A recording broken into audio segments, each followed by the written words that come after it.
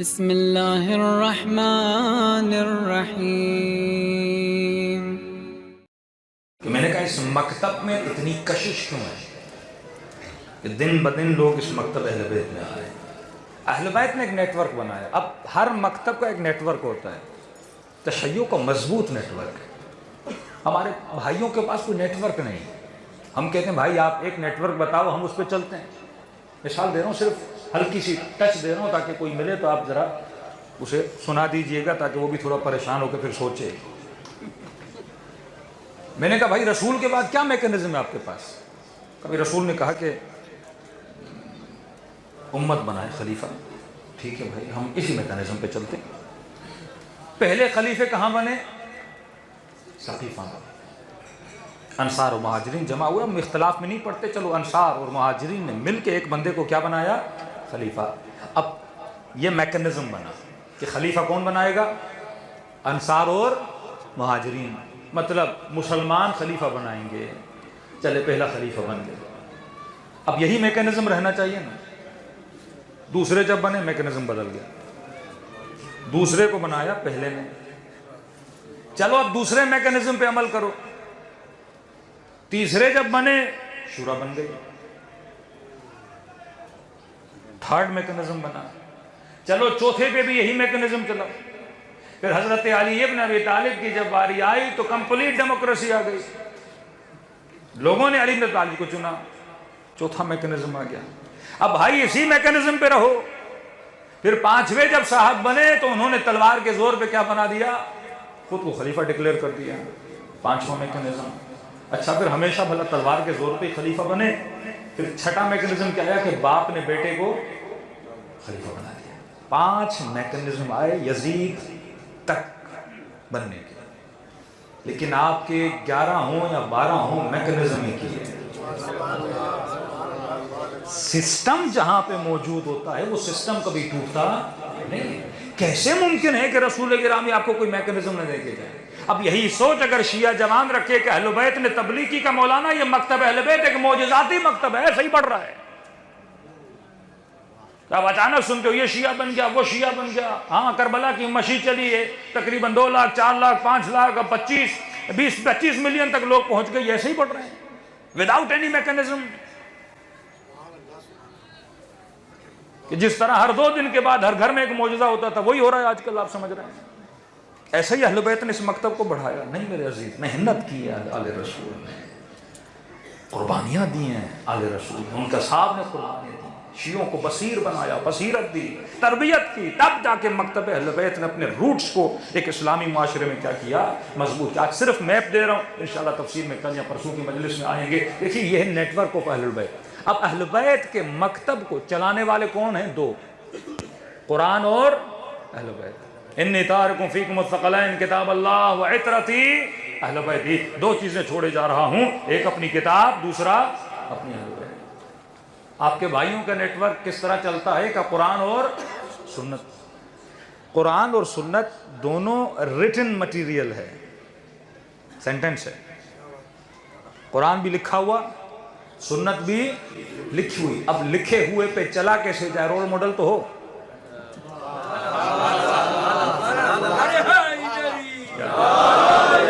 اب قرآن کہتا ہے اقیموا الصلاۃ، نماز پڑھو، کیسے پڑھوں؟ ایک امام سے کہو کہتا ہے یہاں، دوسرے سے کہو یہاں، تیسرے سے کہو یہاں، چوتھا کہتا ہے کھول دو۔ لیکن آپ پہلے سے بھی پوچھو گے کہے گا کھولو، دوسرے سے پوچھو گے کہے گا کھولو، تیسرے سے بھی کہو گے کہ کھولو۔ کوئی اختلاف آپ کو نظر نہیں آتا۔ قرآن بھی سینٹنس ریٹن مٹیریل، سنت بھی سینٹنس ریٹن مٹیریل۔ اب سوال ہے کہ اگر سینٹنس میں الجھن ہو تو حق کیا ہے؟ 2 ہی افراد میں بندہ الجھن کا شکار ہو سکتا ہے۔ یا تو مجھے ایسی حدیث سنائی جائے جو میری عقل نہ مانے، جس میں توہین کی بو آئے، جس میں میرے شعور کو ٹوکا جائے، کہ مثلا آج کا مفتی بولے کہ رسول خدا نے کہا کہ حاکم فاسق بھی ہو، فاسد بھی ہو، زانی بھی ہو، اس کے اندر شیطان بھی چلا جائے، تمہیں حق نہیں اس کے خلاف قیام کرنے کے۔ اب کئی ذہن نہیں مانتا نا کہ امام حسین نے قیام کیا، پھر امام حسین کا کیا ہوگا؟ سینٹینس میں اختلاف ہو جائے تو فرمایا سینٹینس کو پہچان کے لیے معیار بنایا قرآن.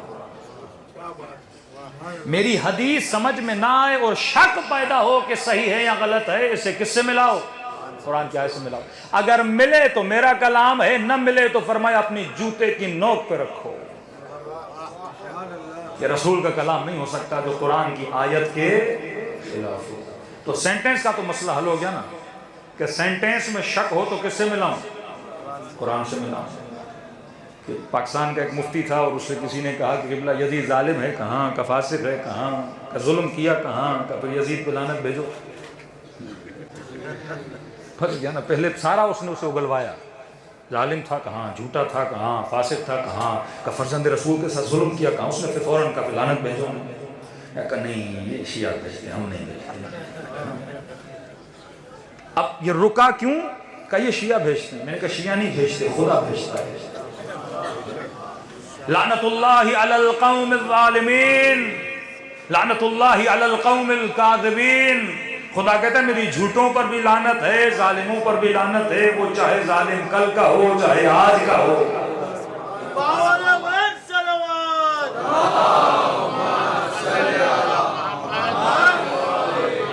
اب یہ کس کے مقابلے میں کھڑا ہوا؟ قرآن کے. خدا کا یرث الا عبادی الصالحین، میں زمین کا ورثہ کسے دوں گا؟ صالحین کو دوں گا. اب کنٹروڈکشن دیکھیے کہ رسول نے کہا حاکم بدکار ہو، فاسق ہو، فاجر ہو، اس کے اندر شیطان چلا جائے. عجیب روایتیں. فرمایا یہاں تک اگر وہ تمہیں اپنے دین سے بھی ہٹا دے تمہیں حق نہیں اس کے خلاف قیام کرنے کا. اور خدا اسی مسلمان کو کہے نماز میں آ کے کہو اہدنا الصراط المستقیم. مطلب صبح سے شام تک دعا مانگو مجھے ہدایت دو، اور پھر وہی خدا کہے کہ اوپر والا اگر تمہیں حاکم، مطلب اوپر والا تمہیں حاکم اگر دین کے راستے سے ہٹائے ہٹ جاؤ، کوئی مسئلہ نہیں ہے. تو یہ میں مثال پاکستان میں دیتا ہوں، یہاں نہیں دے رہا. میں نے کہا مثلاً ایک ہمارے ہاں الیکشن ہوتے ہیں نا، ووٹ وغیرہ ہوتا ہے، آپ انڈیا میں بھی ہوتے ہوں گے. دھاندلی ہوتی ہے کہ نہیں یہ مجھے نہیں پتا، لیکن اگر کوئی بندہ بولے کہ میں کسی نیک بندے کو ووٹ دوں گا، صالح بندے کو ووٹ دوں گا، کسی نان کرپٹ بندے کو ووٹ دوں گا، بالکل کلین بندے کو ووٹ دوں گا، اور جب ووٹ دینے جائے سب سے زیادہ کرپٹ کو دے کے آئے تو دنیا بولے کہ جناب کہہ کچھ رہے تھے اور کر کچھ آئے. بالکل ایسے نماز میں کہیں اہدنا الصراط المستقیم، پھر خدا کہے کہ یزید جو کہے وہ کرو. کنٹروڈکشن ہو گیا نا. یہ کیسے ممکن ہے؟ ایک طرف ان اکرمکم عند اللہ اتقاکم، اللہ کے قریب سب سے زیادہ وہ ہے جو صاحب تقوی. یہ کیوں سعودی عرب میں نسلوں کے اندر ایک خلا پیدا ہوا بھی کہ آپ نے دکانیں بند کر کرا کے لوگوں کو نمازی بنایا. جو نہیں نماز پڑھتے تھے تو یہ آتے تھے، مشین ہاتھ میں ہوتی تھی، جناب کو گنجا کر دیا کہ نماز نہیں پڑھی. اب اچانک کیا ہوا؟ اسی ملک میں سنیما کھلے، اسی ملک میں جواخانے کھلے، انڈیا سے یو ایس سے سنگرز کو بلایا گیا، آئٹم سانگز وہاں پہ ہوئے، گندے ترین کام اس سرزمین پہ ہوئے. تو وہ نسلیں جن کو بچپن سے کیا سنایا؟ اتقوا اللہ، تقوی اختیار کرو، نیک بن جاؤ، اچھے بن جاؤ. اب ان کے ذہنوں میں تو شدت آ گئی نا، انہوں نے فوراً خلاف بولنا شروع کیا. یہ لیٹر انٹرنیٹ پہ پڑھا ہے، مفتیوں نے لیٹر نکالا کہ ہم آپ عوام کے جذبات کو سمجھتے ہیں، جو کچھ ملک میں ہو رہا ہے بہت برا ہو رہا ہے. جوا خانے نہیں ہونے چاہیے، سنیما نہیں ہونے چاہیے، گندے کام نہیں ہونے چاہیے، شراب خانے نہیں ہونے چاہیے، ہمیں سب پتہ یہ غلط ہو رہا ہے، لیکن یاد رکھنا رسول خدا نے فرمایا حاکم کے خلاف بولنا حرام. یہ کیسا دین تھا. اب لوگ جب دیکھتے ہیں نا ایک جوان جو کمپلیٹلی ایک لاجیکل دین کو پڑھے، ایک طرف قرآن پڑھ رہا ہے، دوسری طرف مفتی کچھ اور کہہ رہا ہے. قرآن کہہ رہا ہے اتقوا اللہ، یہ کہتے ہیں نہیں شیطان بھی اس کے اندر چلا جائے. ایک اتنی پیاری حدیث، یہ حدیث تو نہیں جوک سے کم نہیں ہے. تو کہا کہ اس امت کو یہ صحیحین میں لکھی ہوئی یہ باتیں ہیں. کہتے مولانا اتنی پڑھے لکھے لوگوں کو کیا ہو جاتا ہے جب آپ کسی چیز کو اٹل فیصلہ مانگیں؟ اٹل فیصلہ ہے قرآن، تو بھئی قرآن میں جو ہے وہ کیا ہے صحیح ہے، بات ختم. اس کے علاوہ شیعہ نے آج تک کلیم نہیں کیا کہ ہماری کوئی کتاب صحیح ہے. اگر کوئی شیعہ کرے گا وہ بھی جہالت میں ڈوب جائے گا. ہم کہتے ہیں حدیثیں ودیثیں ہیں، سب کچھ ہے، ان پہ تحقیق کو قرآن کی آیت سے ملاؤ وہ ہمارے لیے کیا ہے؟ قابل اعتبار ہے. لیکن ہم نے اپنی کسی بھی کتاب کا نام صحیح، یہاں تک نہج البلاغہ کے سامنے بھی ہم نے صحیح نہیں لکھا. انہوں نے 2 کتابوں کو کہا کہ یہ 6 کتابیں صحیح کا صحیح ہیں. اب صحیح مطلب سمعاً وطاعتاً، بلائنڈنس، جس طرح قرآن کو مانتے ہیں اسی طرح کتاب کو مانتے. اب اسی کتاب میں لکھا یزید جیسا بھی آ جائے تو آپ کو حق نہیں اس کے خلاف کیا کرو، قیام کرو. اب کہتے ہیں جس حاکم نے امت کو بدعتی بنا دیا، امت کو دین سے کیا کر دیا؟ دور کر دیا. کہتے ہیں قیامت کے دن خدا ان مسلمانوں کو اٹھائے گا کہ ملائکو لے جاؤ ان کو جہنم میں. کیوں پروردگارہ کا تم نے بدعت کی، دین کو بدلا، تم نے گناہ کیا، تم دین کے راستے سے ہٹے. کہ اللہ فیصلہ سنا دے گا کہ ان کو جہنم بھیجو. یہ کہیں گے خدایا رک جا رک جا رک جا، ایک بات کرنی ہے ہم نے. اللہ کہے کہ بولو. کہ پروردگارہ تو نے کہا تھی اللہ میری اطاعت کرو، ہم نے تیری اطاعت کی. تو نے کہا وہ رسول ہے، میرے رسول کی اطاعت کرو، ہم نے کی. پھر آپ کے رسول نے کہا کہ حاکم فاسق بھی ہو، فاجر بھی ہو، ظالم بھی ہو، تجھے دین سے ہٹائے اس کی کیا کرو؟ اطاعت کرو. اب اگر ہم وہ گناہ کریں گے تو رسول نے کہا وہ گناہ تمہارے سر نہیں، کس کے سر ہے؟ تمہارا کام بس کیا ہے؟ اطاعت کرنا ہے. کہتے ہیں اللہ کو سمجھائیں گے اور خدا سمجھ جائے گا. اچھا یہ بات تو تم صحیح کہتے. ملائکوں کا پھر ریٹرن واپسی کرو، جنت ہو جائے. یہ حدیثیں لکھی ہیں ان کی کتابوں میں. ایک مکتب بولا یہ مکتب قرآن و سنت، لیکن ڈیفائن نہیں کر رہے کہ حدیث اگر قرآن کی آیت کے مقابلے میں میں اسے کیسے مانوں؟ کہ بس نبی نے کہہ دیا تو کرو. اب یہ نہیں کہ قرآن کے مقابلے میں ہے کہ نہیں ہے. اہل بیت رسول نے کہا میں 2 چیزیں چھوڑے جا رہا ہوں، سنت نہیں، انی تارکم فیکم الثقلین، کتاب اللہ و عطرت اہل بیت. پیسوں کی لالچ میں آ کے جھوٹی حدیثیں گاڑی جائیں گی. یہ تو مشہور ہے نا، جس نے مکے کی پیاز کھائی، بکا کی پیاز کھائی، اس پہ اللہ نے کیا واجب کی؟ جنت واجب کر دی. یہ ایسی گھڑی ہوئی حدیثیں بنایا کرتے تھے. اب اس کو کس سے ملانا ہے؟ میں نے قرآن کی آیت سے. تو فرمایا حدیث میں شک، تو شک دور کرے گا قرآن. دوسرا معاملہ، اگر افراد میں الجھن کا شکار ہو جاؤں، جنگ جمل، جنگ صفین، آیا مولا کے پاس، مولا مجھے نہیں سمجھ آ رہی، میں کنفیوز ہوں. کدھر دیکھتا ہوں طلحہ، زبیر، نبی کی زوجہ، ادھر دیکھتا ہوں علی، مالک، سلمان، ابو ذر، مقداد. مولا میں کیا کروں؟ تو امام نے فرمایا کنفیوز ہو تو علی کو کنفیوزوں کی ضرورت نہیں ہے. کہ اگر ڈکلیئرڈ ہے کہ حق کس کے ساتھ ہے پھر میدان میں آؤ. کہ مولا میں کنفیوز. امام نے کہا سرحد پہ چلا جا، بارڈر پہ جا کے کھڑا ہو جا، جنگ کے میدان میں نہ. اب رسول نے کہا کہ اگر میرے کلام میں شک ہو تو اسے قرآن سے ملانا، افراد میں پھنسو تو ان کو علی سے ملانا. علی مع الحق والحق مع علی، علی حق کے ساتھ ہے اور حق علی کے ساتھ ہے. تیسرا جملہ تو فکر کو روشن کرنے کے لیے نا. فرمایا یہ نہیں دیکھنا حق کہاں جا رہا ہے، یہ دیکھنا علی کہاں جا رہا ہے. اب کبھی آپ نے جملے پہ غور کیا؟ یہ نہ دیکھنا حق کہاں جا رہا ہے، یہ دیکھنا علی کہاں جا رہے ہیں. تو سوال تو کر سکتے یا رسول اللہ کیا علی اور حق جدا ہو سکتے ہیں؟ کیا آپ بتا رہے ہیں 2 وے ہے؟ یہ نہ دیکھنا کہ حق کہاں جا رہا ہے، یہ دیکھنا علی. مطلب ایک زمانہ آئے گا کہ حق کہیں جائے گا اور علی کہیں جائیں گے. یا رسول اللہ یہ کون سا حق ہے؟ کہ زبان استعمار میں بتا رہا ہوں کہ اس زمانے میں جن کو لوگ حق بولیں گے وہ حق نہ دیکھنا کہاں جا رہا ہے، یہ دیکھنا علی بن ابی طالب کہاں جا رہا ہے. اب مسلمانوں نے تو سب کو حق بنا دیا نا. کہ میں اور آسان کر کے سمجھاتا ہوں کہ مثلا آپ نے کربلا سے جانا ہے نجف اور باہر کھڑی ہیں 100 گاڑیاں. آپ نے پوچھا مولانا کس گاڑی میں چڑھوں؟ شاید کوئی بصرہ جا رہی ہے، بغداد جا رہی ہے، ایران جا رہی ہے، کرکوک جا رہی ہے، کہاں جا رہی ہے، کس گاڑی میں چڑھوں؟ تو مفتی صاحب نے کہا 100 کی 100 نجف جا رہی ہیں. آپ نے مفتی پہ اعتبار کیا، جو گاڑی ملی آپ چڑھ گئے. اور جب آنکھ کھلی تو دیکھا تو جناب نجف تو ہے ہی نہیں، کوئی گاڑی جہنم میں جا کے رکی، کوئی گاڑی پتہ نہیں کہاں جا کے رکی. تو آپ نے تو گاڑی کے پیچھے لگے نا. تو کہا کہ گاڑیوں کو نہ دیکھنا، دیکھنا کہ علی کہاں جا رہے ہیں. جہاں علی جائیں گے وہیں حق چلتا ہے. صرف آغائے سماوی تیجانی نے 4 لاکھ کے قریب ٹیونس میں شیعہ بنائے، ایک فقہی مسئلے کی وجہ سے، ایک فقہی مسئلہ، اسی طلاق کے مسئلے کی وجہ سے کتنے لوگ شیعہ بنے۔ میں کہتا ہوں کہ ایران کو مسلمان بنایا عمر نے، شیعہ بنایا ایک مولوی صاحب نے، مکتب اہل بیت کی ایک فتویٰ کی وجہ سے، کیونکہ جہاں عقل آتی ہے لوگ دوڑے دوڑے عقل کی طرف آتے ہیں۔ آپ ایک طرف عقل یہ ہے، کہتے ہیں علم کے نیچے سے گزرو نکاح ٹوٹ جاتا ہے، غصے میں بول دیا طلاق ہے کہ ہو جاتی ہے، نشے میں تھا بول دیا طلاق ہے کہ ہو جاتی ہے، اور پھر اتنی مضبوط ہو جاتی ہے کہ ایک ساتھ 3 ہو جاتی ہیں، اور فوراً کہا کہ جناب غصے میں تھے کیا کریں، مفتی صاحب نے کہا نہیں، حلالے کے بغیر کوئی راستہ نہیں ہے۔ اب کوئی غیرت مند ہوگا تو کبھی حلالہ نہیں، مطلب پوری امت کو بے غیرت بنا دیا، جو اپنے ناموس پہ کمپرومائز کرے نا۔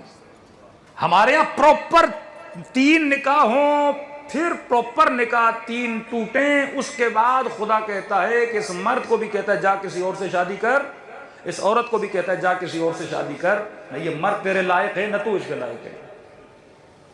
کہ بیوی کے ساتھ ایک بار نکاح کیا، پھر ٹوٹا، پھر دوبارہ جا کے نکاح ڈالا، پھر طلاق دی، پھر جا کے تیسری بار نکاح کیا، اب 3 مرتبہ، مولا فرماتے ہیں مومن ایک سوراخ سے 3 مرتبہ ڈسا نہیں جاتا۔ مطلب تم لوگوں کی نیچر آپس میں نہیں مل رہی، مزاج نہیں مل رہے، لہٰذا اب جاؤ تم کسی اور مرد کو اختیار کرو، اسے کہا۔ اب اگر غیرت مند ہوگا واپس اس عورت کو نہیں پلٹائے گا، اب اتنا کمپرومائز کرے وہ ایک الگ بات ہے، لیکن نیچرلی کوئی بھی پلٹائے گا نہیں۔